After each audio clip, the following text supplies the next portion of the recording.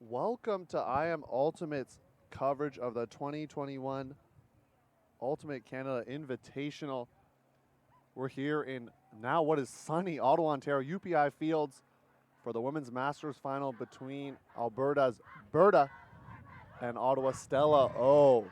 I'm Theo and here with Tim Ambry this time on the mic. Tushar is going to be operating the camera. So Tim, you know both of these teams pretty well, so do something we haven't done all day. Give us some players to watch. Yeah, thanks, Theo. It's a pleasure to be here. I've been behind the camera. It'll be a little different to be behind the mic, but best seat in the house, and you watch it through a 2 by 1 inch lens. It'll be nice to be looking at things through my own eyes. So I do have bias, but hopefully it's on both sides, so it's even across both teams. My sister plays on Berta.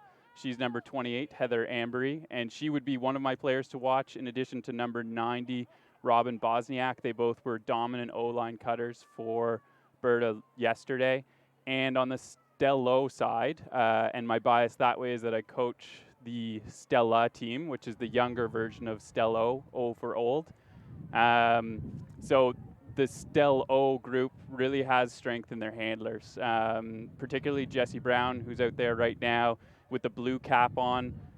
I don't have her number in front of me. I think their numbers are a little different, but she's number 21. 21, yeah. There we go. And then who can deny the legend Anne Mercier, now Bélanger, who's wearing number 5, her rightful place on the pinnacle of Ottawa Ultimate, especially Ottawa Women's Ultimate. These two teams did play one another at the end of the day yesterday, where Berta actually took half 7-6. But then StellO turned up their defense, changed up some of their matchups, and ended up winning 12-9. And they did that without having Dunbar, who's a game-changing player on the field. So number 93, Dunbar, she's out there now. Theo, over to you. Yeah, I appreciate that, Tim, bringing us that insight that we get from knowing these two teams. And Berta to start. Beasley. Finds Elias, goes down the line. Dunbar, as you mentioned, in the area, layout block. There we go. As Tim, we said, yeah, player to watch. You're a prophet or something because you spoke that into existence. Layout block right away for Dunbar. Yeah. Taking yesterday's game off did not hurt at all. Obviously, her legs were well rested, and that was an awesome layout D. And here's Jessie Brown, who I did mention earlier as well, starting off with the disc. She's actually a transplant from the Maritimes who's picking up with this group here. So it'll be interesting to see what she can do. And Ben Venuti out there as well. Some of these players might have played on the lowercase team that was a women's masters team as well in 2019, if I'm not mistaken. Absolutely. And so this is a World Club earning bid year for the all teams here, and lowercase won it back in 2019. So they've earned a bid, and this is StellO making a bid to try and get a second opportunity for women in the Ottawa region to go and represent at the World Club stage. Beasley was poached, so they find her and goes backhand and is blocked and foul called. So that will send the disc back. Looks like no contest from Berquist. Yeah, that was a great hand block by Berquist. But seems it was a foul and there's no contest there, so the disc is going back.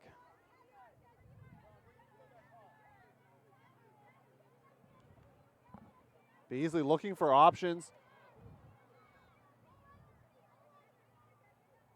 Elias, some big fakes. Looks like not many options downfield, so Berta having to swing across. High release backhand. Working down to this break side. So there's a call, likely a pick downfield. But yeah, I think we're needing to see the Berta cutters get their legs under one another. They've been relying on their handlers to move that disc around a fair amount. So it'll be on the cutters to kind of clean up their end zone here. And get into a nice set to try and punch home a score. Yeah, I do want to get the hold right away. We've seen some teams go down early, and sometimes hard to come back, especially in this 70-minute format. That was Rachel Ng with the D there. She was actually going to miss. She's a player who's doubling duty. She's playing on StellO this weekend, and she'll be on StellO next weekend. She was actually going to miss both weekends. She was visiting her family out in BC, and then what happened? A couple weeks ago, decided to change her flights. She messaged some of the leadership on StellO. Was so excited that she was able to make that happen, and based on the D she just played there, and she was looking great yesterday also. I think StellO is very happy to have her, and Stella will be happy to have her next week also. And we see Rob Langridge, one of the observers on the call. Your observers for today, Rob Langridge, Ken Lang, Sandra Hansen, Cecile Freeman. We got 4 observers for this women's final. Pretty exciting stuff, as we're going to see the disc get tapped back in. Yeah, it looks like that foul call is going to be sustained, so Berta here gets to run their end zone again. They go to another shot at this. Monomaniuk looking for a dump option. That's Elias. A little German throw action happening. Nice triple cut by Embry there. I was looking for the number, and you already knew because that's your sister. Yeah. Throwing the assist out there as well to Blazer.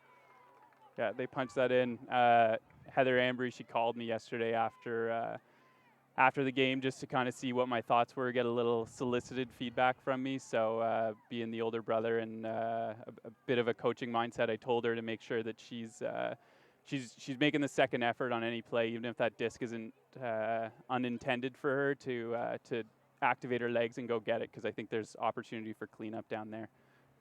So as we take a look, we see the Berta D line out there on the left side, and we're going to pan to the right side of the field as well. And take a look at the is it StellO? Is that how you say the name, you know, because StellO, it sounds like. It is StellO. I love the play on the names. And can you walk us through what you see out there with this offensive line? Yeah, so starting from left to right, in your number 1, you have Jacques, who will be a cutter, and then Green, one of their primary handlers, along with Boulanger, who we already mentioned. Looks like Rings in the number 4 spot. Zhao, who will be a primary cutter for them, along with Verney and Polowick rounding out the group on O there. I'm impressed at your last name knowledge of your players there, because oftentimes people call each other by their first name, so throwing out the last names, do love to see it. Shorter pull there, gets around midfield here for StellO. We'll see if they can do it without any turnovers. Boulanger, the legend, to pick up. I was really excited to see her play this weekend. Absolutely, it doesn't look like she's lost a step at all. She's looking very agile back there. And as you say that, a layout to save the disc from Polowick. Poach block here from Berta. You mentioned that they took half earlier. That's Connie Lee with the block. They took half earlier in their matchup yesterday, so maybe Berta wanting to do the same right now, get some momentum going and sustain that to the victory here this Sunday afternoon. Absolutely, Theo. I don't think we've talked about the wind yet on this this broadcast, but we are seeing it coming right from left. So Berta's trying to work this disc upwind, which makes it all the more challenging, but it is also equally important for both teams to be getting holds as they're coming downwind. Green does a nice run through D there.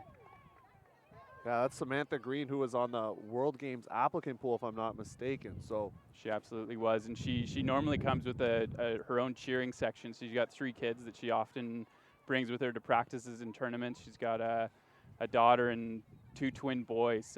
They're at home right now, but I'm sure they're watching with their grandparents. Another block. That's Ho this time for Berta. And so the 2 big blocks here on undercuts, both times on Boulanger, look like. Yeah, absolutely. Great anticipation from Berta, and they're not giving up anything easy here, despite having to go fight through this upwind with their D group. Nice trust throw to Watamaniuk. Oh, that throw pops there. Throw pops up, and we're seeing throws pop up that left to right side, as you mentioned about the wind. Yeah, that's Polowick with the disc there, who got the D. Looks like they're trying to sort out possibly a pick.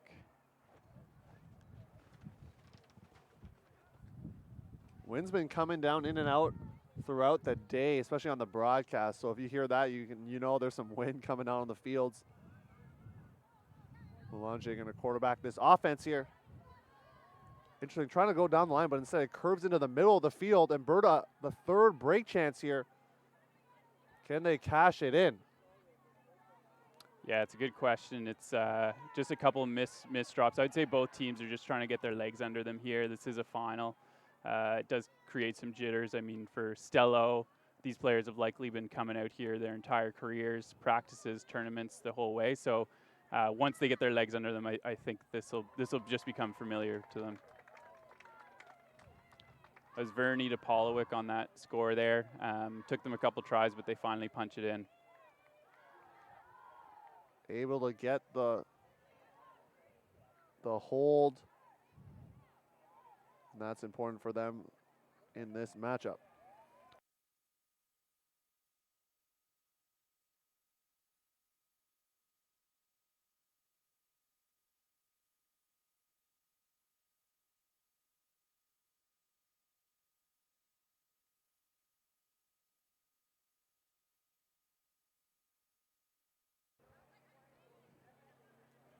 StellO back on defense. I see a similar offensive line. I see some players out there for Berta that we saw earlier in this game. So first couple points, few turnovers each side. You're just feeling each other out, right? Yeah, absolutely. I think it's always normal to kind of have a few miscues as you try and get used to your opponent, try and get used to the other team. It's often difficult to find the right matchups and what you want to do in the early goings of a game. It's often a good one where if you're calling matchups on a line, you just say, hey, you're down on handlers, you're down on cutters. These teams do have an advantage in that they played one another at the end of the day yesterday, so there is some familiarity there.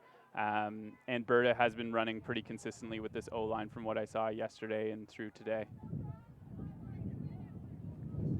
Elias bringing it into the middle. Beasley is her reset. Looks like they're isolating one cutter in particular. That's Bosniak. Yeah, Bosniak, she was one of my players to watch there. She played super well yesterday when I saw her. She was a dominating force in the air. I have seen her a few times from the Edmonton scene. She used to be a primary cutter for Rogue Hippo, one of the mixed teams from back there. This coming in on stall 6. Beasley going to try to shake free, but Elias doesn't even look at her, and instead throws into a poach that gets knocked down. Yeah, Theo, not the worst option when you don't have a great look. Just throw the disc deep. It's better than turning it so close to your end zone. Something I try and encourage my players is if you don't see something that you like, I've got nothing wrong with you throwing it downfield and making the other team earn it back against you. But you have to go down and get that D. That is a true point, as Dunbar with it, and especially with D-line offense, you got maybe a few more what they call shooters on the line as a pick called downfield. Yeah, absolutely. Although this StellO D-line is no slouch. They got some very strong players at it. You see Kubnik coming up with the disc here. We saw her husband, Andy, playing in the Open final earlier with Still. Both of them playing in the Masters division. Andy actually works for a medical supply company, and I imagine they're both playing here to try and up his clientele, as a lot of these Masters players will be looking for new hips and other joints. Oh no, he said that as a disc pops up. Blazer comes down with it. And maybe they'll call Andy Kubnik after this tournament there, Tim. So we won't solicit his business or number here on the broadcast, but you can reach out to him if you need to. Too far for What a Maniac. Yeah, just an unfortunate, the wind pushing it a little bit. Almost one of those situations where they did come down with the disc there and could have maybe called the timeout right away because they didn't like their look. They decided to flow with it, and Berta having some issues cleaning up their offense here. Yeah, we've seen multiple turnovers from each offensive line. So once again, the feeling out process. But Tim, they only have so much time, right? With 70 minutes, you can't just be feeling out the whole time. You got to somehow turn to high gear, and we'll see which offensive line can do that in this final. Absolutely, Theo, and it's something that as a coach that's going to be playing next weekend, 70 minutes is not a lot of time, and games to 13, if you get yourself in a hole early, you really get yourself in trouble. So you want to make sure that, as we see a pass go up here, you want to make sure that you're on your horse and you're ready to go and not trying to find your warm-up right away. Yeah, we saw Dunbar specifically was playing amazing dump defense on Elias, which allowed nothing to take place, and they had to just throw up that throw. So that player to watch is right there in Dunbar. Played for TC Women's there in 2016 as well. Looking for Benvenuti. Yeah, absolutely. Tip disc. from Bosniak. So back and forth, second point. Any timeouts you think should be called here or play through it? I don't think it's the worst call to call a timeout, but this Berta O-line does look like they're set with their ISO here with Bosniak, and I think that's a good matchup for them. So I think if she can just take this deep, which her handler wanted, but unfortunately she wasn't thinking the same way as the rest of us here, because I think that throw was there to be taken. More turnovers here as Blazer coming through. Elias to pick up. Inside throw. That's Ambry with the score. Had to make sure it was his sister with the score. Love to see that.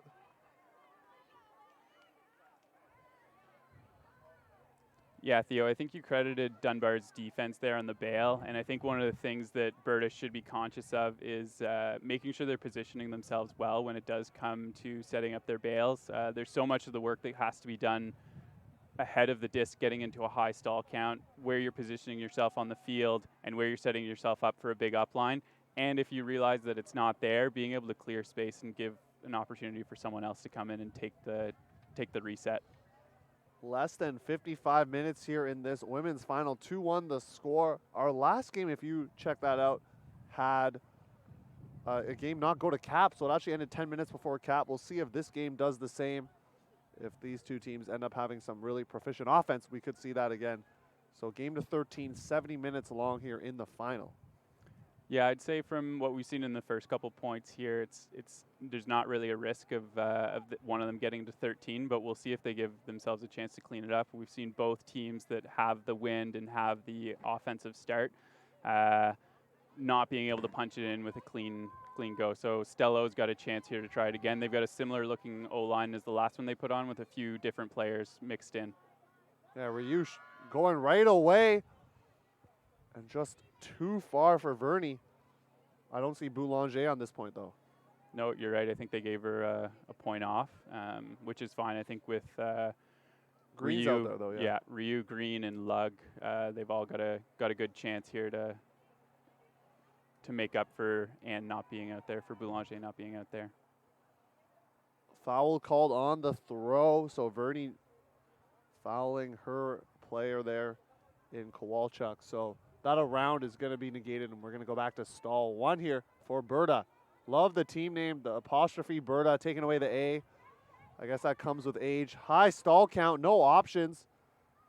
And that disc goes down. I think you would like to see a deep shot there, just maybe get it out of their own end zone, right, with a high stall count. I think so. It is a tough one. You do have the wind against you, and the market flattened a little bit there, so it's tough to get it down. But I would agree, when you're in tough, there's nothing wrong with a huck. Ryu goes up line, and nice little scoop cut action happening from Jacques for the score.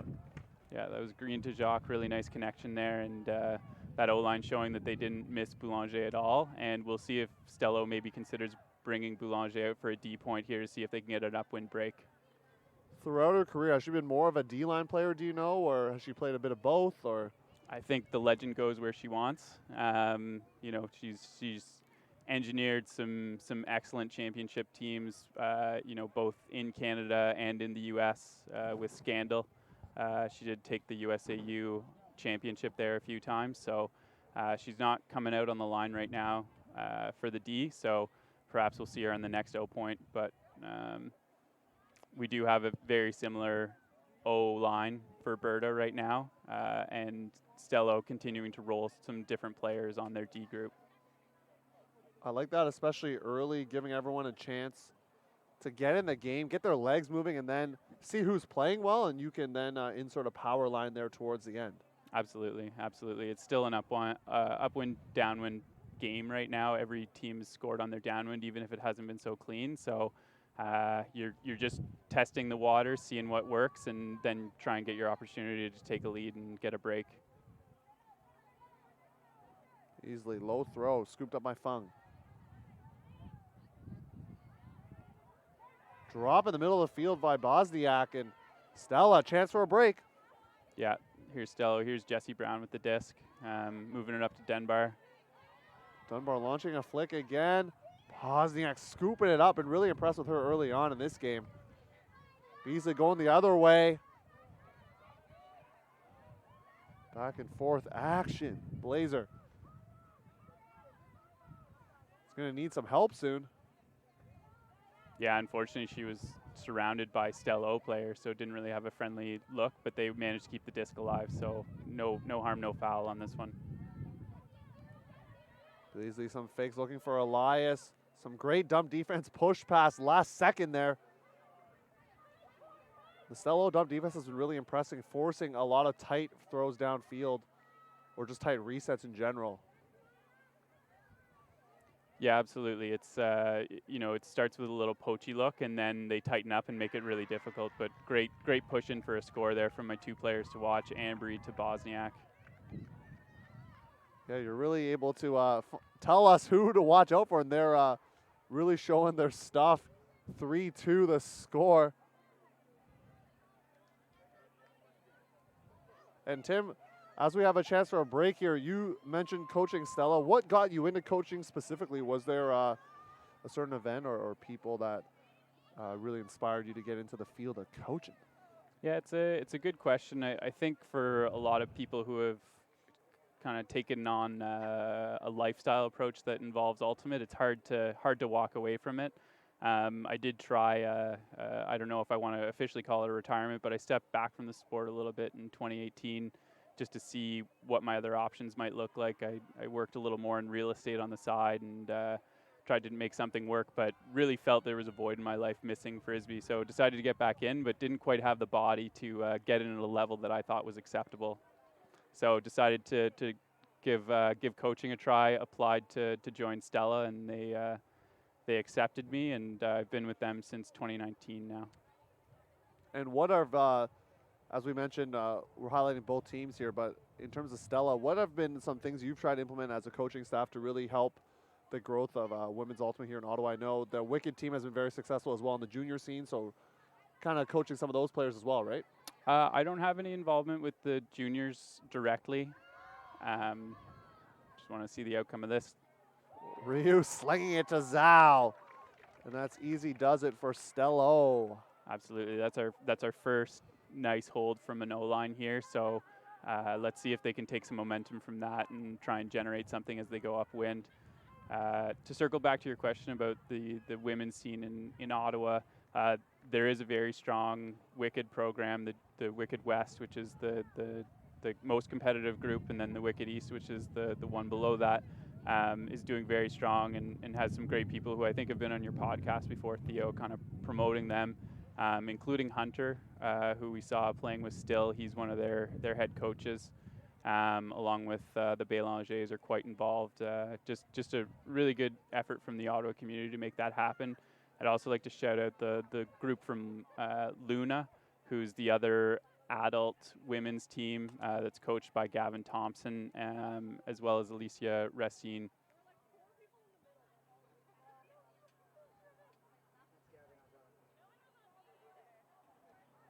As you mentioned, Gavin, we get a little shot of him there taking some pictures. A lot of volunteer efforts to make this happen, and we want to thank all the volunteers out here, a lot of high school students out here volunteering, as well as people in the Ultimate community that have been a long part of it, and want to thank all the Ultimate Canada staff and just everyone putting this event on. It's been really exciting. I've only been here today, but Tim and Tushar have been here both days and really just enjoying seeing all this Ultimate back in action. Beasley and Elias, and Beasley drawing the foul. I don't know if she leaned into Kubanik there, but foul nonetheless. It's going to go down to 1. Yeah, I'm not sure if you were trying to draw the foul, if that's the best place to do it. You've got a wide open field in front of you. You've actually got the force away from your flood right now, so there's a lot of space for your ISO cutter. But nonetheless, game moves on. Elias going with the backhand instead of the flick here. Bosniak coming down with it, and you were right. She is definitely a devastating cutter for this team as Berta goes up 4-3, and they get a smooth hold of their own. Yeah, absolutely. So good call by you, Theo. We've just seen 2 smooth holds here from each team. So I think what that likely means is that both teams are starting to find their offensive legs, and now it's about their defense being able to capitalize on the chances that they do get. Yeah, it seems like both teams have settled into a bit of a rhythm, and I'm going to use another sport like boxing or MMA where teams are feeling each other out a little bit. And we kind of see that here where teams are trying to see what the other team's going to do. And now offenses are flowing, especially the hucks from the right to left side. I think the big thing to watch out for, Tim, for the rest of this game is to see which team gets a break going left to right on our screen. Absolutely. I think that's going to be the key moving forward here. And then the key is that if you do get that upwind, you got to answer again with the downwind and make sure you hold that advantage. Because if you get 2 upwinds in a row, you haven't really ended up winning anything. Yeah, could it be an Ottawa sweep in the open and women's division?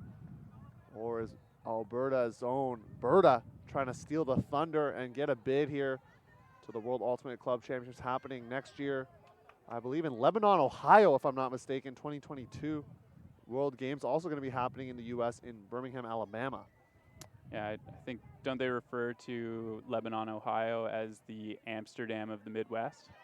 I did not know that, but now that you know, you want to get a bid to World so you can go to the Amsterdam of the Midwest. It sounds like.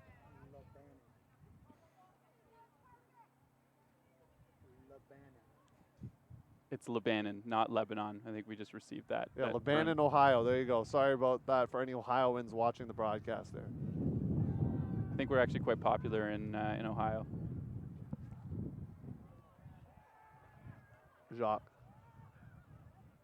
taps it back. Or gets a disc back in, looking for Green. Backhand force here from Berta. Or it seems to be switching, actually, Tim. It was backhand, now it's suddenly flick again. Yeah, I mean, don't get lost that Vernie, who just had the disc there, number 40, she's actually a lefty, so that can sometimes throw you off on who's forcing what way. Boulanger gets the assist. And StellO continues to hold again, this time a no turnover point once again. Yeah. Yeah, I think we're just consistently seeing the offense improve and improve here, and yeah, we'll see what the rest of the game has to yield. Theo, any thoughts from you? I know you've kind of been involved in the ultimate scene for a little bit here with some of your commentating in the AUDL, but this is our first club that we've really seen back in Canada. How does that feel being back at UPI for you? Tim, you know, I've played every July to be honest, I played every July at No Borders, so to not have that happen 2 years in a row has been tough, but just to see all the smiling faces, the energy is back. I mean, it's not a full, you know, national tournament that we're used to, 3 days and all that good stuff, but excited for the Masters this weekend and then senior. I got to say it's senior next weekend, so lots of good action. You'll be coaching as well, and how have you been feeling with all that's been happening, just seeing as we look at the camera, at least from our vantage point, we can see so many games just down the line. It's just been a really cool sight from the booth here. Absolutely. It's been a tough last couple of years for everyone, I think, and it's nice to see some semblance of normalcy coming back. I did just want to comment here. StellO looked like they stacked their D group a little bit by putting Green going upwind. So it does look like they're trying to punch in a break, maybe see if they can start making a conversation to half, but not going to do it with throws like that. Brenneman did get the sweet grab, but then turns it over there looking for Ben Venuti. Elias going up line. That Dunbar matchup and the pressure defense there, but no call.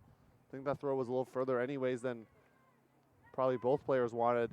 And so StellO another chance.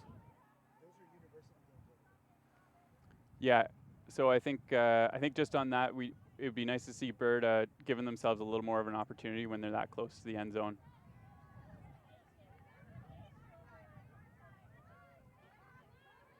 Big around, another opportunity to go break down this left to right side. And every time we say it, looks like that just turnovers are happening. Beasley now.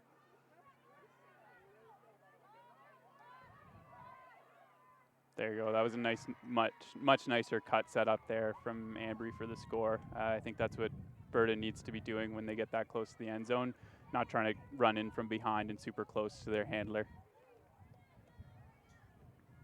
So we were also noted that the games you might see on the far field, hopefully we can get a little camera shot there, is actually some university action. The Eastern qualifiers, not Easterns, which is another tournament that happens in the university circuit, but the Eastern qualifier with Carleton, Ottawa, and Queens, along with their B squads as well. So pretty cool to see different ultimate action. I know Dead Circus is playing Carbon over there as well.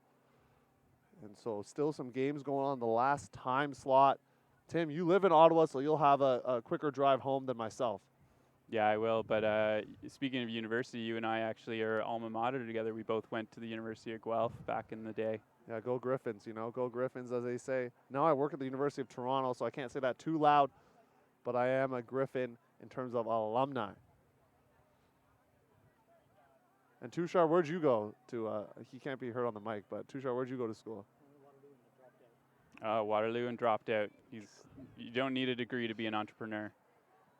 That is actually a true point. That'd be a whole TED Talk right there, but we don't have time for that. As Boulanger, we don't see Green on this point here, so maybe they're putting her back on the D-line now. As Ryu, another shot deep, slinging it out. There we go. That's 2 in a row for StellO, just like that. If I were Berta, I'd maybe start to consider switching my force, or maybe adding a zone, or being flatter on the mark, doing something to try and disrupt StellO from having such easy holds there on their offense.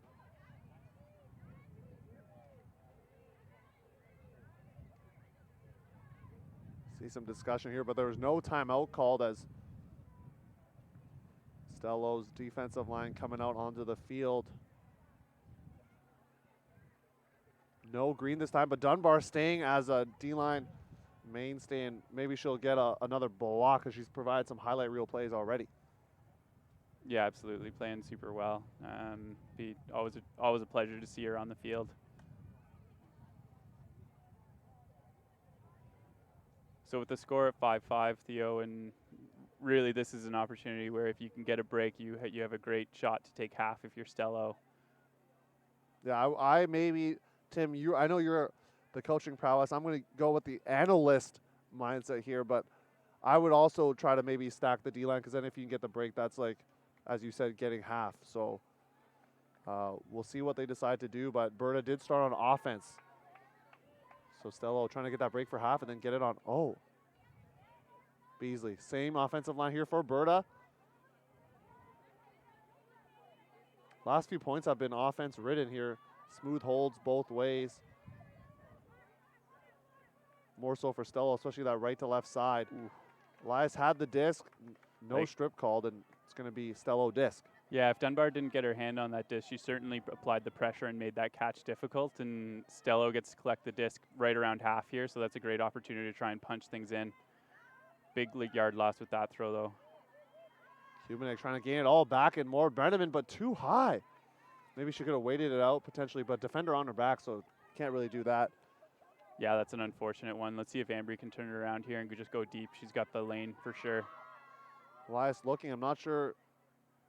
She was looking for Ambry with the throw. Maybe need to curve a little bit more OI to that left side, but StellO, another opportunity here. Yeah, absolutely. A little more love on that throw, and that could have been a connection for sure. Great grab by Dunbar. Snagging out of the air. StellO's D-line trying to cash it in. Good grab by Vachon through the defense there. Humanek doing a great job handling on this defensive line. Up the line now, as looking deep, but Fung in the area knocks it away. Maybe not a handler, so she just decides to knock it instead of catch it. Usually if there was a handler, they just catch it and run it up to the line immediately. Yeah, absolutely. And maybe if you were thinking galaxy brain, you can try and knock that into the middle of the field rather than have your handler have to start on the cone. But the risk with that, Tim, is if it gets macked in the middle of the field, maybe someone catches it on StellO, so you don't really want to risk that. Going to take the lost yardage, but the possession here. Got slingers like Beasley and Elias who can maybe work it up, but Dunbar's really got the better of that Elias matchup in the handler space, especially. Deep throw gets knocked down. Yeah, great D by Atchtill there. Atchtill is actually playing with Crank from Ottawa next weekend, so she'll be making an appearance on the mixed scene. Are there any other players playing for Crank, or mostly StellO players there, Tim? Yeah, so we have 5 players who are playing both, who are playing StellO and will be playing with Stella. I believe Atchtill's the only one who's going mixed. I may not know everything. Jessie Brown, who's got the disc right now, she's actually going to be joining Salty next week. Yeah, I'm excited to see what Salty does. I like that East Coast representation. Talked about Red Circus earlier today. And see what they do. Brenneman's throw just dying down. The wind picked up. I could hear it on the mic, and you saw that with the throw. Yeah, absolutely. It was unfortunate because that was a great chance for our first upwind point. Yeah, I think Salty sometimes gets the short end of the stick, or Halifax Ultimate in general. I spent some time out in the East Coast myself, and it's a really great scene there as we see Berta take a timeout, probably just a chance to regroup with their O line. But I'll just continue with the anecdote there, where in 2019 StellO played Salty twice down in the USAU series, and we ended up losing both times to them. So I don't know if Salty quite gets the credit for being in the conversation of one of the better clubs in Canada. Yeah, I think that's the same. To be honest, that's the same, I think, for Red Circus and Anchor. All three of those teams have been successful. They play in the United States series, and I know Red Circus did particularly well, has done particularly well. Same with Salty, both finishing at least, I would say, top 6 at Northeast Regional. So they're kind of knocking at the door. Really excited to see Red Circus is in a pool with Furious George and Toronto's Grand Trunk. And I just can't wait for those matchups, because I think that's going to be really exciting to see what Red Circus has got. And yeah, Halifax Ultimate, let's see it, because a lot of people in the country don't know how strong your program is. And especially during the pandemic, I know in Ottawa, I don't think you were practicing much during the pandemic. And I know whereas Halifax, they were able to have that Atlantic bubble where they could do a little bit more. Absolutely, yeah. I think that's one of the things to their advantage. And that group is so insular because it's such a drive to go anywhere. And often you'll see the open and women's teams from those areas have to make a decision of whether they want to play in the Canadian series or go down in the USAU series, because it's still a flight. And sometimes the USAU series wins out, whereas Anchor, I think we've seen play in the Canadian series a little more often. Yeah, I played a U.S. tournament in 2019 and did see them there at Mixed Eastern. So Anchor was out playing Fung, trying to toe the line, and had the line and a low throw to work with and not able to come up with it. So now StellO really less than half field. They're in what we call the red zone, I would say, and opportunity. And looks like the throw was never in. Yeah, I think that's the call that we're getting. So that's an unfortunate outcome of your timeout. Use is just losing the disc on the sideline there. They're arguing about 15 yards of space, but it doesn't make too much of a difference. You're still right next to the end zone.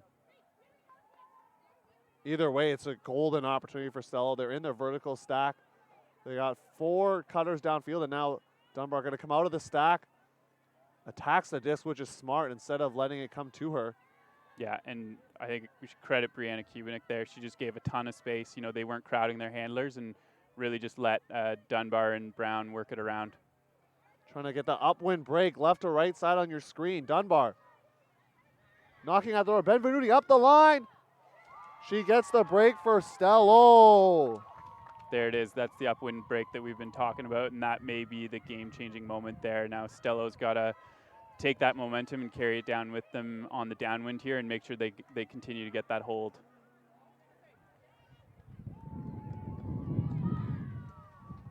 Hear that wind coming through the mics. So now, if you're Berta, are you sending out the same offensive line? Let's take a look. I see the usual suspects walking out there. Heather Ambry being one of them. Elias, Beasley, Fung's out there again, Bosniak. So same group. StellO mixing it up a little bit, throwing a lot of offensive players. Take a look. Yeah, and I mean, we've been calling it an O-line for StellO, but they may be seeing it as their upwind, downwind line, and this may just be the downwind group that's going here. But from what I saw yesterday, this would be considered their O-line that we're seeing on defense here. And it's a very strong line, and you can be sure that if they do generate a turn, they're going to have no hesitation to try and put that deep. So Berta's really got to possess the disc here, and if they do get a turnover, make sure to challenge StellO and not give them anything easy deep. Yeah, that's going to be the trick. If they turn it over short field, especially devastating to give up half, especially going upwind on offense and then giving StellO the downwind side to just punch it in. So they can reverse the fortunes here, Berta can, if they can hold upwind and then maybe get a downwind break of their own here. Yeah, absolutely. Beasley over to Elias. Elias now guarded by Boulanger instead of Dunbar, who's not on this point. Giving their cutters a lot of space to work with, but Beasley inside throw to Fung. Yeah, and this was the matchups that we saw yesterday that really ended up breaking the game open for StellO was putting Green on Ambry and Bernie on Bosniak. And between the two of them, they were really able to shut down those two defenders as Bosniak makes a great grab. Foul called before it, and I think it might negate the sweet layout. So she's probably upset, hey, I just put my body on the line, and yet there's a foul call. Yeah, that's unfortunate. They do have observers out there, so they can talk about it if they need. But my guess would be that would be an offensive foul, and that's why the disc is coming back to Ambry. Stall count's coming in at 1. Berta has worked it up into StellO territory here, so having no qualms about that. On offensive pick called, Boulanger was clearly picked by her own player as Elias was trying to get around the back cut. Not your normal, typical reset cut there. Normally it's more up the line and back, your traditional Berkeley. Yeah, and I think we've seen this a few times from Elias, really just crowding her her players. Great grab by Bosniak. Tough throw, tipped. Oof. And Wanamania can't come down with it. Wanamania, excuse me. Yeah, it was close, and Ambry almost got to clean up the garbage there. If she had, I would have gotten to say I told you so from our talk yesterday, but unfortunately she wasn't able to. Green, and she's just going to pump it deep. Ryu has with the flick. And she's going to dial up a backhand. Bosniak tips it, and Fung again decides not to catch it. And instead knocks it down for good measure. Yeah, it keeps it in the middle of the field. I think Tushar is advising that StellO might consider a zone, or Berta might consider a zone to try and slow down StellO's hucks there, but they were able to generate a turn. And now this is likely too close to the end zone to really see a zone look from the Berta defense. Rhea with good pressure, and StellO now trying to break for half. Go up 7-5 around the horn. There it is for StellO. Yeah, really nice break for half there, and they got the upwind, downwind break, and that really turns things around, and we end it with 28 minutes left, so that's just about at timed half. Yeah, with that, we're going to take a quick break and be right back here with IM Ultimate's coverage of the 2021 Ultimate Canada Invitational Masters Division.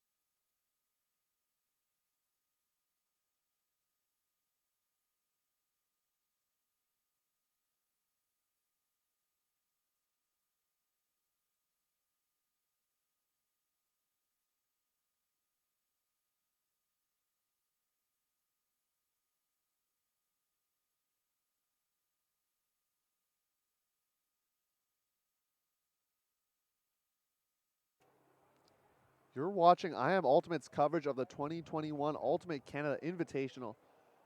We got the women's Masters final for you. Alberta's Berta taking on Ottawa's StellO. I'm Theo and here with Tim Ambry. And before we start this second half, we wanted to say if you want to support what's been going on with the stream, instead of giving donations to the stream, which I Am Ultimate's done in the past, we're going to ask that you donate to the National Truth and Reconciliation Center. The link is at iamultimate.com/live, and the website is nctr.ca. And just instead of just helping the immediate Ultimate community, we're looking to help others around us. And so that is what you can do if you want to support the streams and thank the hard work of the volunteers who are in the booth or out here at this tournament. So Tim, into the game now, second half action. StellO has really scored well downwind, going this right to left side. What can Berta do right now to stop them?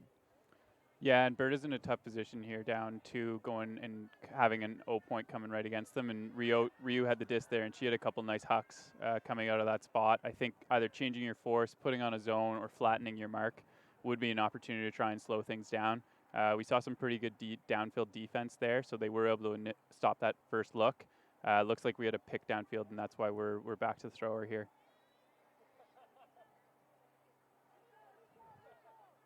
Might be yeah, you're right. A call there as now it's coming on stall 6. They find Zhao underneath big fakes. Going around hanging throw for Green. She gets there no problem. Finishes it up the line. That's to Polowick, Green to Polowick. Really nice connection there, and StellO gets the easy hold. So if you're Berta, if you need to come back, you have to just not score just right to left downwind side, but somehow get breaks on the upwind side. And you mentioned that Berta had taken half yesterday, but instead, not the case so far this game. And if I'm not mistaken, is that a little rain coming down here on the fields? I hear it on the tent above us.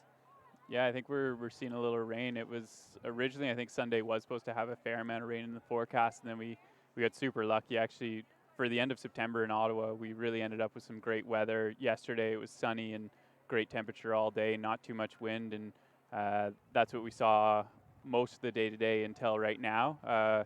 It's just sprinkling right now. I wouldn't say this is game-changing rain, but it does make you think maybe when you're picking up that disc, making sure you got a good grip on it before you throw it.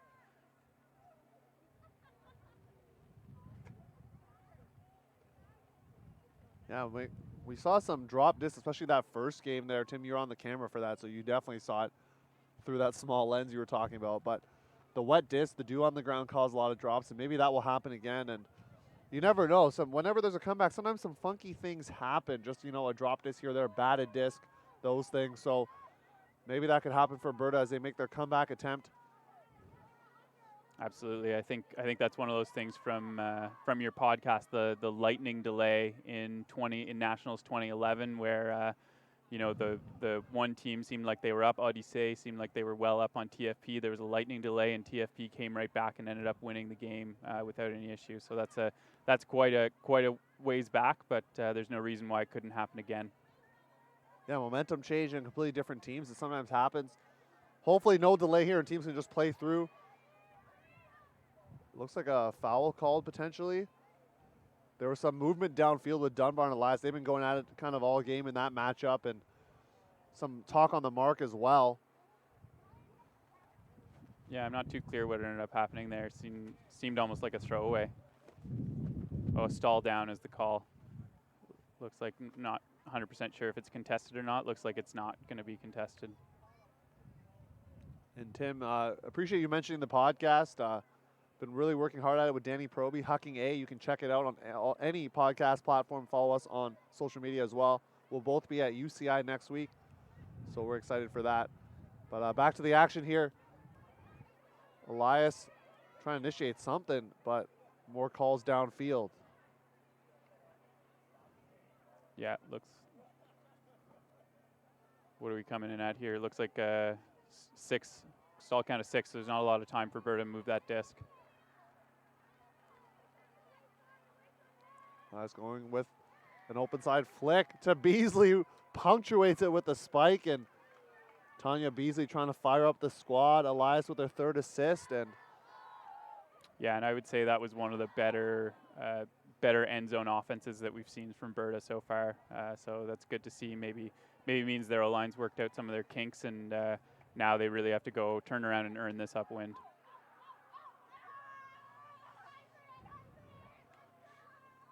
Green trying to fire up the squad here, at least from our vantage point. And StellO now, you got to get this hold, right? You got to get it.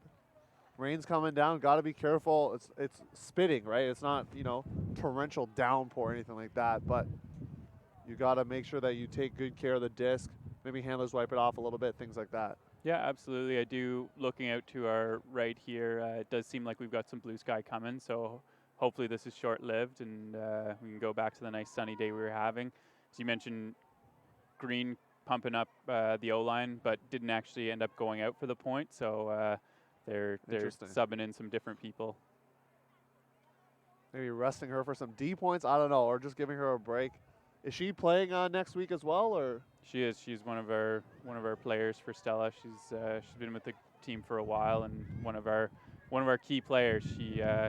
She doesn't seem. Oh, we're seeing a zone from Berta. This is our first one, so that's a change up. So this is maybe an opportunity to generate something. Yeah, I like the idea, especially just stopping those hucks that have been coming freely from StellO, especially from their handlers, Boulanger and Ryu. Yeah. Oh, there they go. They get the turn just ahead of half. So now the question is, can they make something of it? Duran picking up, looking around. It's going to be high stall count soon. And it gets blocked, but a foul called. And no contest, it sounds like, from Ring.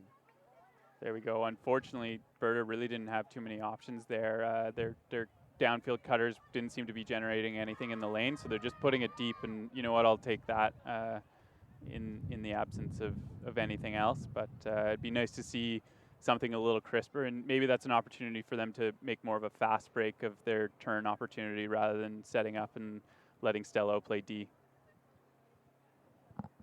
So foul called by Lee, but I think the discussion will be, at least from our vantage point, is if it's too high. The throw was coming in hot, but don't know if Lee would have got to it, but she may be talking about it, see if observer Rob Langridge gets involved. And he's going to call that it was too high. Yeah. Just tapped right back in. Wouldn't have impacted the play, even though it was a foul, and they may have agreed to that. It wouldn't have allowed her to make the catch, so we'll just play on from here.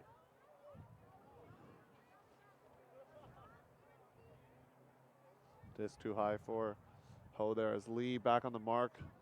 Zone look, and there's like what looks like 5 players around the disc, and they've shifted back to a more of a cup look here. Maybe a trap set of something. Ryu pointing. Yeah, that's a lot of people to try and throw around, so it takes the easy option on the sideline, but that's really what Berta's trying to give them, is get them trapped there, but they got to make sure when they do get someone there, they get their mark right around so they can't break it to the far side of the field. Boulanger slicing it through, and will Berta melt or stay in it? Looks like they're going to stay in it temporarily. Ryu directing traffic, going with the huck, and batted down, knock it away. McMillan. Yeah, so maybe something to be concerned about there for StellO is they're getting a little more frustrated on their offense, but something that Berta can be pleased about. Foul on the mark. Some animated discussion with some hand gestures. Like we said before, Tim, not mic'd up, so we can't hear it all. What's going on?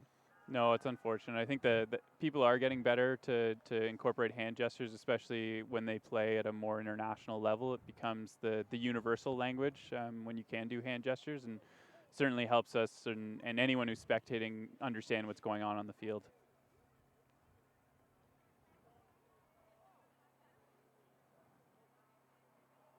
No foul called by Ken Lang, the observer. So it's going to go to StellO. They're going to have a short field to work with on offense. Yeah, so the disc is just going to be turned over where it lay there. No foul on the throw. So tough break for Berta. Was trying to make that break to get it 8-7. Now Boulanger. Boulanger to Jacques there.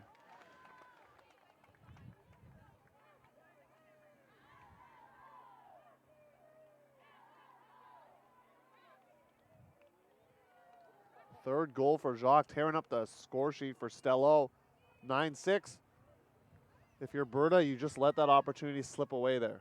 Yeah, absolutely. It's an unfortunate outcome for them. But I do think they can take some solace in that the zone did prove effective and they did generate a turn early. So maybe we'll see that again once they go upwind here again. But this is back to their O-line to try and get the hold.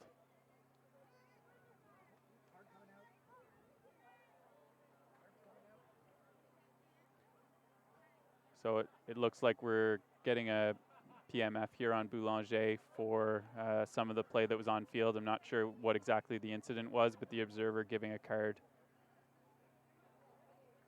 Because I do believe the foul was overruled. Could be some talk afterwards. I know that's something that can occur as well. Like we keep saying to the audience here on the stream, we actually can't hear what's going on, so we're trying to give our best of what's happening.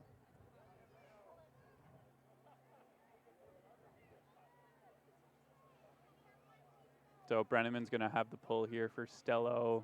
It seems that she's been a fixture on the D-line or the upwind group for StellO and has been playing pretty well along with Benvenuti and Dunbar. And then the rest has been a bit of a rotating cast. Rotating cast is a good strategy, I think, with defensive line. Some teams like to stick to a strict D1, D2.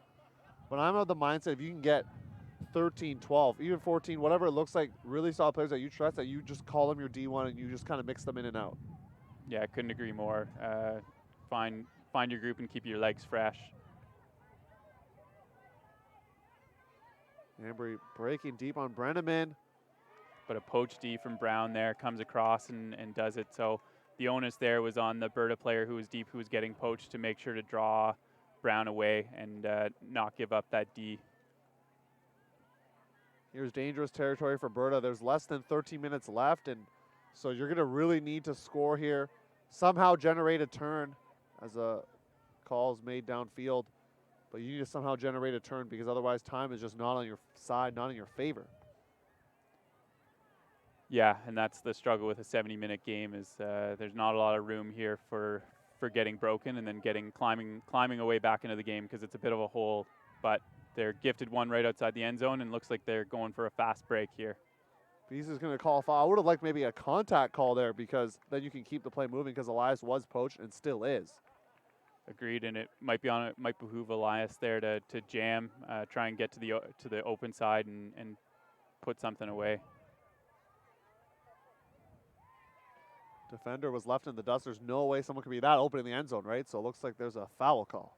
Yeah, looks like we're going to foul call because that's Cole, who's on her knees right now, formerly Mandel, who's, I think, claiming there was a foul against her. So we'll see what the outcome of this discussion is, and maybe they just choose to go to the observers. Contested. I see the observer signals, so it is contested.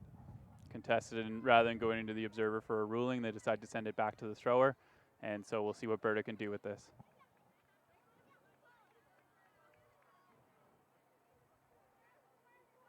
With the time the way it is, this is a gift.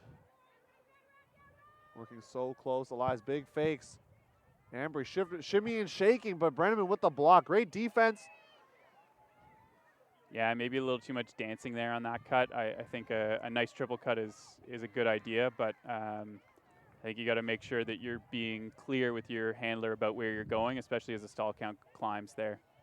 Another turnover from Brenneman. I think that's her second one, just throwing on the D-line. It's kind of tough when there's nothing happening downfield and Elias cutting up line. Now they need another reset. Stall count's getting high. A little clog action happening, and Beasley has no choice but to throw it up. What did you see there with all the kind of mismatch of players in that area? Yeah, it's something that we've seen as a recurring theme here for Berta, and I think something they need to make sure that they clean up, especially given the free turnover that they had. That positioning that they had there on the sideline wasn't from flow. it was from setup. And so I think they need to have a little more clear idea of what they're doing and how much space they're giving to one another. But they may have a strategy that I'm not aware of. I'm not sitting there in their practices or in their team meetings. StellO working up this open side now, getting into the middle of the field to Dunbar. Great bid attempt from Bosniak, was unsuccessful earlier in this point. Now StellO really trying to punctuate this final. Go up 4 points with this little time left. Yeah, and they're doing a good job of working the disc around the field here. They're not getting stuck on one sideline, which is good to see, and something that'll likely pay off in the long run.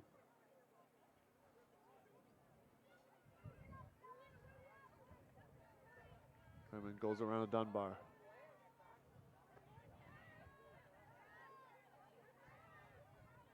A Dunbar-Ambry matchup I like. Yeah, I agree. I think that's a good athletic one. Up the line, can Brown get there? She does. Good concentration. And a pick called, yeah. Yeah, it looks like there was a pick there. But StellO knocking on the door here of their second upwind break of the day. And looks like they're going to take a timeout and try and punch that in. So the disc will come back with Benvenuti, if I'm not mistaken. We're going to get a time check for you to make sure we know what's going on. Looks like 8 minutes left in this game. So the timeout for StellO. Chance to punch in and really secure the victory here. If Berta wants a chance to win this gold medal, they're really going to need to put on a strong defensive stand. What kind of defensive look do you think Berta should come out with here, Tim? It's difficult to be too prescriptive on the defensive look because you are going to have to work with what the offense gives you. I think we traditionally see a vertical stack that will leave lots of space for a handler strike, likely having Dunbar making that upline cut. She's been dominating a lot of her matchups so far today, but that may be a red herring, and we might see StellO come up with something a little more creative. I like the use of the red herring there. Special call up there on the broadcast as Ken Lang got the clock out. He's ready to count down this StellO team. Got to get to the disc or else they're going to have to set in the position that they're in right now. Yeah, and so we're seeing they're putting 4 cutters in a vertical position with 3 handlers back. Brianna Kubinick stretched on the far side of the field, Jesse Brown in the middle, and Benvenuti with the disc. So my guess is what we'll probably see here is see Brown make an upline cut with Dunbar filling and try and make something happen. But we're seeing a significant bracket here from Berta off the front, and the players who are on the players at the back are not even looking at them. Dunbar with some backhand fakes. Yeah, great job to get that mark on to make sure that they're not punished for the amount of poach they were given. Coming out of stall 1, Dunbar faking that backhand. It's going to throw it to the break sign, go up line. Kubinick low throw, and it's dropped by Cole. Or kind of a tough throw. It's not really a drop. It's more of the throwing error, I would say. Elias looking deep. Bosniak can't get to it. And Berta's offense, Tim, in my estimation, is kind of running out of steam right now. Just not shooting the looks that they want. Yeah, I think they're looking a little frustrated and maybe feeling that the pressure's on to try and turn this around quickly. But, you know, as I like to say, you're not going to score a 2-for-1 here. Layout from Dunbar. She's called inbounds. And StellO, that might be it right there with this time left. Dunbar punctuated early with the layout and also right now. Yeah, that was a great grab by Dunbar, and as we credited StellO, great way to work that disc around from sideline to sideline. So I said you don't get a 2-for-1 for scoring, but StellO does put themselves in a great position to make this a 2-for-1 score, getting the upwind and then the opportunity to go downwind again. And it's looking like we're less than 5 minutes left in the game here to the cap, and with a score of 10-6, it doesn't look like one of these teams will reach 13, but we're likely to see our timed out. Tim, I got to ask you right now, as a coach for next week, how are you going to adjust your strategies based on the time cap? Because the 70 minutes, we're used to maybe 90 minutes or 85.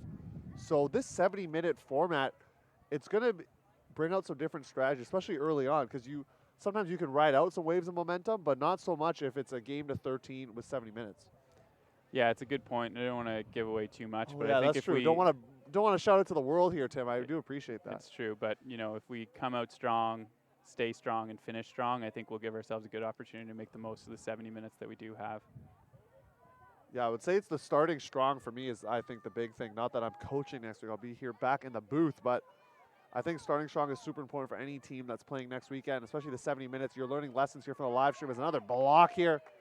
Yeah, great D there from Jacques on the run through, and that's the disadvantage of trying to play going upwind is those throws catch the wind a little bit more and gives us a lot more opportunity for players to run through. All the way looking for Boulanger, and she outstretches her arms for the score. And they're pouring it on right now. Yeah, StellO did what they had to do with the wind at their back, and great D by Jacques, and then subsequent score by Boulanger. That was well done, and I can't see a scenario where Berta is able to pull back into this game. Yeah, not with this much time left. Looks like a defensive line on for Berta. The offensive line, I would say, just running a little bit out of steam there, and StellO's defensive line, especially those changing matchups, having multiple players that can play different positions and then play just one defensive point and go really hard has bode them some success. And it's going to give them a Women's Masters gold medal, looks like, and they're going to add that one along with the lowercase one. So Ottawa, put yourselves on the map in the Women's Masters division here in Canada. Absolutely, and I don't think it should go unnoticed that StellO isn't the only team from Ottawa that's here in the Women's Masters division. There's also Nebula, Solstice, and Aguada, which is a team from the Gatineau area, but right across the river from us here. So very strong representation from the Ottawa Women's Masters contingent. Yeah, we're hearing about how Ottawa's doing well in the junior scene and then seeing that rise up all the way to the Masters division.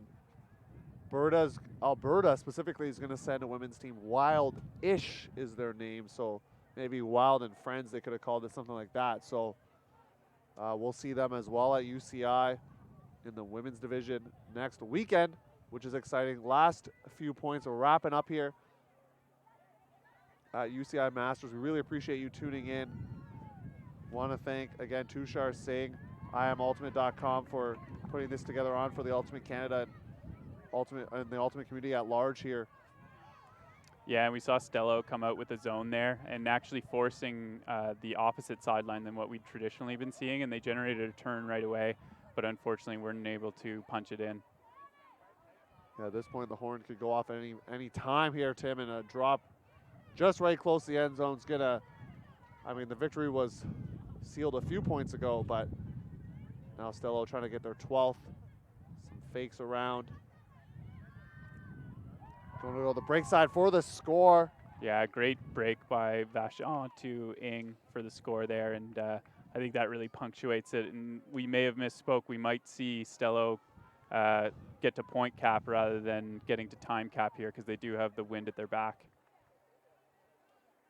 Yeah, just a couple of drops, some execution errors from Berta, just costing them at the end. And don't know if it's tired legs or what, but StellO got the better of them here today. And what was the pool play matchup score? Do you remember there, Tim? Was it a similar scoreline or a little bit different? Or do you remember? It was 12-9. So it looks like StellO used the last night and today to improve themselves. And as I said in the game that I saw yesterday with these two teams, Dunbar didn't play at all, and she might have helped make up the 3-point difference that we're seeing as an improvement from StellO this time. She's been pretty on fire with some of the Ds, and I think she's been a key factor in their upwind scores. You know, you sound like you're a baseball guy here, like wins above replacement. That's a stat that's kept in baseball. So maybe in Ultimate we should have a wins above replacement, like an average player in the Women's Masters division. How many wins would that person give you, or points I should say, and it sounds like it'd be points above replacement. So Dunbar worth 3 points above replacement according to Tim's analytics right there. Yeah, I think that's maybe a fair way to look at it. And we just heard the horn go here, so this will be the last point of the game. We'll see if Berta can turn something around with their O-line, or with a tight one. Looks like they came down with it. or if StellO is going to get this and actually take it to the point cap. Blady throw. Going upwind. I like to see it.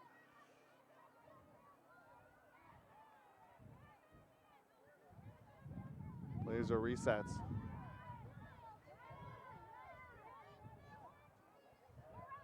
Elias and Beasley done a lot of the handling for this team, and Ryu coming with the, I was going to say block, but it gets tipped right to Ambry's hands. Yeah, fortunate bounce there for Ambry. Berta just trying to get one more, make the scoreline 12-7 here. This is the last point, folks.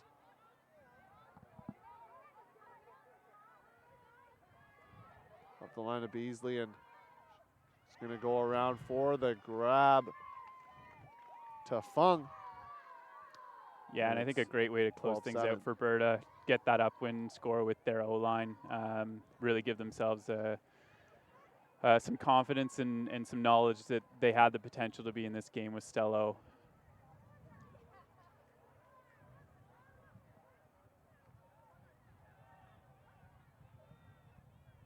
We may have misspoke. There looks like more action coming as some Berta players standing on the line. I think I mentioned this before, but it sounds like finals cannot go to time cap. So it's +1. So the game will go to 13. So theoretically, what we're saying is Berta is not out of it. They could score 7 points in a row and win. Is that correct? You're right. So this is a game to 13, which is different than what we've seen from all the previous games in this tournament. So we did misspeak. It's one of those things that's difficult to keep track of as we go through here. But yes, it's a game to 13, so it's still anyone's opportunity. So heck, Berta gets to go downwind here, and let's see if they can punch this in. Yeah, I was told my math was wrong. So it's actually 6 points they need to score, not 7 there. That would give them an extra. That would give them the 14. So Berta here, hey, you're going right to left. Got nothing to lose right now. Trying to make some plays happen with Kowalczuk's pull. Couple drops, couple bobbles, and this game gets a little tighter, and maybe StellO plays a little tighter. So resting a lot of their big players for this point. I don't see Green on the field or Ryu or Boulanger, so it sounds like right to left is kind of what they've been doing, and we're seeing it again. Yeah, agreed. So they're giving that D-line that's been so good for them, and Dunbar putting her body on the line to stop the roll on that pull there, which is awesome to see.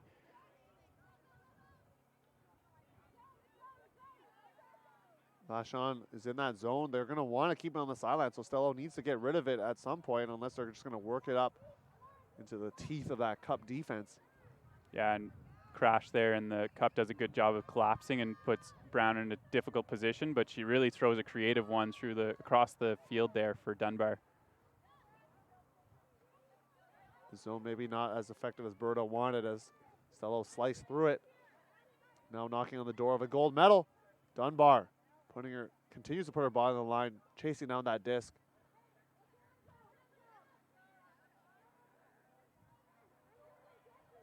It looks like a pick that didn't affect anything, so Dunbar's going to keep the disc in the middle there and see if StellO can turn it into a score.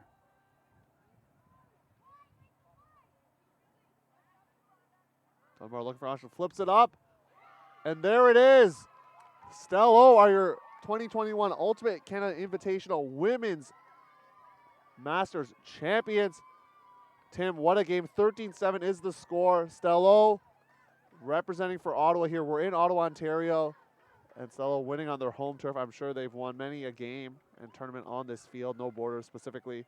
So Berta coming up short, but great effort from them. Tim, some final thoughts from you before we sign off. Yeah, that was a great final sequence there from Dunbar to Brown. Brown, who works in the aviation industry out in the Maritimes, was cleared for takeoff on pulling down that catch for the win for StellO. Really a nice game to see, and I think tightly contested, and I think for a division that a few years ago didn't even exist in the Ultimate Canada stratosphere, it's great to see this many teams out and competing in it. And hopefully it can continue to grow and be more competitive as we go forward here. I echo your thoughts. Love to see all the participation here today. See some university scene out there as well for a separate thing, and senior next weekend. So tune into I Am Ultimate's coverage of that. Thanks for coming on the stream. Whether you watched all 4 games, and if you did, kudos to you for doing that. And if not, and you just tuned in for this game, thanks as well. We're signing off. Tim Ambry, Theo Wan here, and Tushar Singh. We'll see you next time.